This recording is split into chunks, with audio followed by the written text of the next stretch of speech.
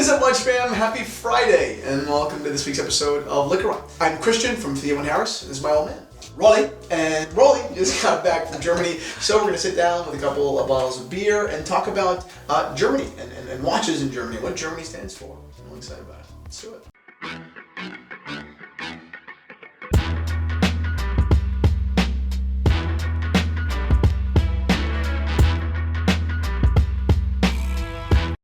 Before we jump into Alemania, some pre-trial matters. First of all, new table. How do you like it? I love it. This is big news. We got a new table. It matches the wood for the background. New shirts. We just stocked the Theo and Harris shop with 2 new shirt designs. First is a GMT in a custard color, and the other is not a regal tree, but a royal oak. So whether or not you can afford a 15202 or one of AP's any references of the luxury giant, pick up the Teenage Royal Oak or the Teenage GMT shirt. You know, a little bit more of an artistic, fun kind of way. And the shirts are made of Supina cotton. So they are extremely nice, not like a lot of the other, you know, like, oh, I bought a shirt I bought another shirt from YouTube, or like, no, it's a serious shirt. Because I'm going to wear it, so it has to be good. It's got to be nice. So, alright, quick response check. What are you wearing, Daddy? My Rolex. Love it. Is this the watch that you wore away?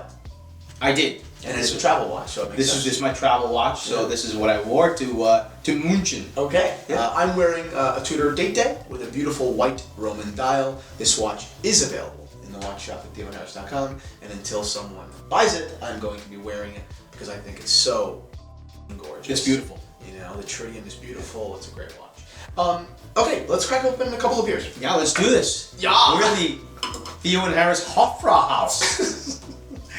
You get this. You got the mug. I got the mug. I'm cool with Look at this. We do this. Big shout out to the Herren, all the men, the Herren in the Hofbrauhaus. All right. What do you say? I say Chindan. What do you say? With the in German. The man drink beer. It's wow. It's really nice. Hold on, it's floating over. So Tasty. yeah, it actually is really nice. You're a wine guy. You know, you are a wine guy. You were in, you know, one of beer's motherlands, right? Yeah. One of the most famous beer making countries in the world. I saw you posting photos of you holding enormous beers. Yes.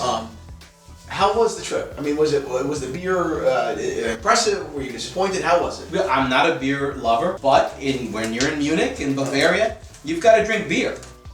So there's plenty of it. Uh-huh. You've got Hofbrau, you've got Augustiner, Spaten. And so there's a bunch of them, and they all have their beer gardens. Really cool stuff. Heavy food. You know, pork knuckle, veal knuckle. It's stick to your ribs food. Yeah. You know, I'm surprised people look pretty fit there because the food is very, very heavy. Yeah. But you enjoyed the food? I loved it. Yeah. I'd say you could tell. So I want to ask you a question. So Yes. And I know the answer to this question, but I want to dive into, you know, not only your answer but why it is. Mm-hmm. So going back over 10 years ago, 13 years ago, Mom gave you the watch that you wanted. Right? You got this Rolex GMT Master. Okay. The Rolex GMT, which is the logo on this shirt, is an icon of watches. Not only is it the watch that Magnum PI wore, but it's the Pussy Galore. I mean, it's the Pepsi. You know, it's one of the most famous designs ever. Right. And that's really why you bought it, right? You bought it because you were just so in love with the Pepsi bezel. Yes. That the GMT function and its functionality, you know, or its utility, eluded you, right? Not that you didn't understand it or didn't know it. It was not something you were interested in actually using. Correct. And now you are much more of a jet set person than you were when you got it.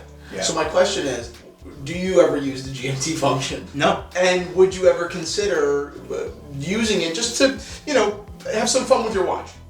Yes. Because that would be fun. Yeah, it'd be great. I could have used it the past month. I could have used it twice. Yeah, well, you were in Japan. Yeah, I was in Japan. And you were in Germany. In Germany. And you could have used it both times, but you didn't. Yeah, but I didn't. But it makes I should have. But it's a commentary, you know, on these watches and how their value definitely does exceed or go beyond their material value. Yep. Right. This Rolex is not just a dual time watch. right? It's one of the most iconic items in luxury world, period, right? It's they say a Rolex is one of the only things in the world you could trade for water anywhere. Because people know what it is. You want to give someone, if you're destitute, like, if you happen to, your plane crashes or something, and you want to give someone a paddock in exchange for water and shelter, like, I don't know what that is. No, this they But if it's a Rolex, they know. But it's kind of funny. I challenge you to use your GMT next time. Yeah, you'll set it up for me next time. Yeah, we'll try it. So let's talk about Germany for a sec, right? And as I was there, starting to feel what does this country really represent? If I were to pick a few things about Germany, what would they be? Yep. Oh well, number one, just about everyone drives a Mercedes-Benz, BMW, and Audi. Punctuality is key. So presentation, punctuality. Absolutely. But Precision. Yeah. That relates right back to their watches. Woo. You have Lange. Yes. You have Nomos, just to start. There are many other watch manufacturers based in Germany. Basuta is Germany, right? Yeah. You have an observatory there and everything, right? Serious watchmaking place. Yeah. And their culture makes sense. That like what their culture stands for, this idea of precision and punctuality, perfectly translates to the world of watches. Yes. And their watches, as we know from Lange and Nomos, just to begin, they embody just that.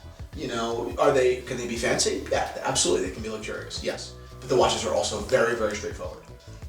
Even Lange's most complicated watches are pretty damn straightforward and over-engineered and heavy and aggressive.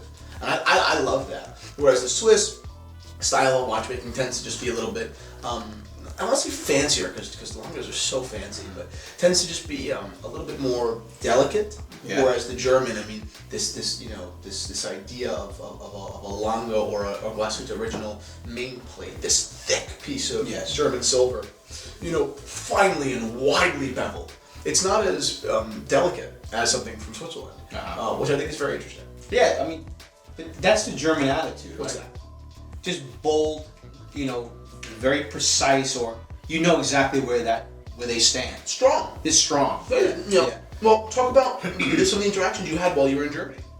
Yeah, they don't mince words. Man, I learned that the hard way. We were trying to finish a beer at 1:45 midnight, and the beer hall was about to close, but they couldn't say, "Hey guys, we're gonna be closing in about 15 minutes." Closing time. They didn't do that. They came up to us and they said, "You can be man and finish your beer." All right. Well, thank you. So that's how they are. They're very, very to the point. There's no need to guess. No. Right. Tough love. We finished our beer. I've dealt with both German and Swiss watchmakers, for Theo and Harris in the watch shop. And it's not a knock to Swiss watchmakers at all. Some amazing people, right? Some of the most amazing watchmakers. But I have had more positive experiences with German watchmakers. And I think that this is because although demand a lot of organization from people, am not as well organized, which is hysterical. But when I work with a German watchmaker, they are organized enough for the both of us.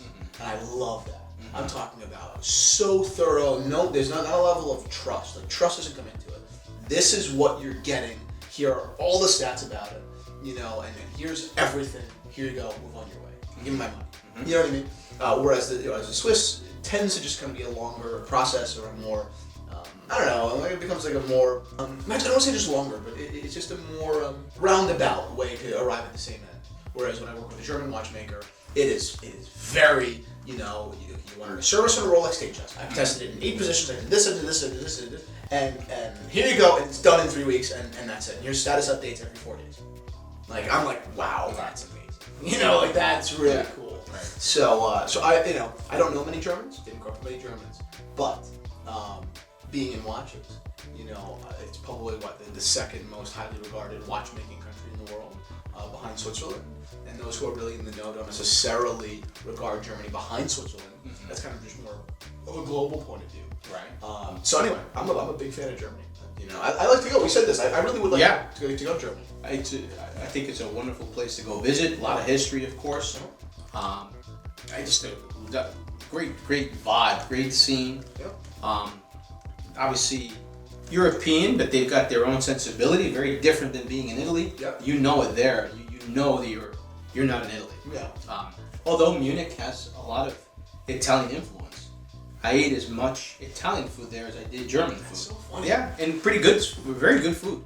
So I enjoyed it. I'd go back. Yep. Yeah, it's fun. And that's exactly why I think that experiencing German watchmaking is so important, right? Because the assets of their culture, the inclinations of their culture, are exactly what is required in producing and maintaining and carrying on not only a watch, but a generation of watches, right? Not only is it passionate, sure, but it's ultra efficient, which is exactly what a watch needs to be, right? And in my personal opinion, as a user, I find it very valuable to own something that is very robust and heavy and feels like weight. Remember your Lange when you had the 1815 in pink? Yes. That was a 36 millimeter watch. Right. How heavy was that watch? Oh, it's remarkably, yeah. So much more so than comparable Patek Philippe's. Right. And again, that doesn't make it better, right? Makes it different. And I think that the differences in German watchmaking and the culture that surrounds it are enough that it has to be experienced. You know, so yeah, you took a week to Germany and you had fun and you did work and you drank good beer and you ate good pretzels, yada yada yada. But it's cool that a lot of the culture that you observed in just a week makes perfect sense, connecting it back into watch buying, collecting, and experiencing culture. Yeah. And I don't think that Germany is appreciated enough, and I think that the appreciation for German watches will only continue to rise. And to that, I say salute. Cheers. That's it, guys. Thank you so much for watching this week's Liquor On. I'll see you all tomorrow.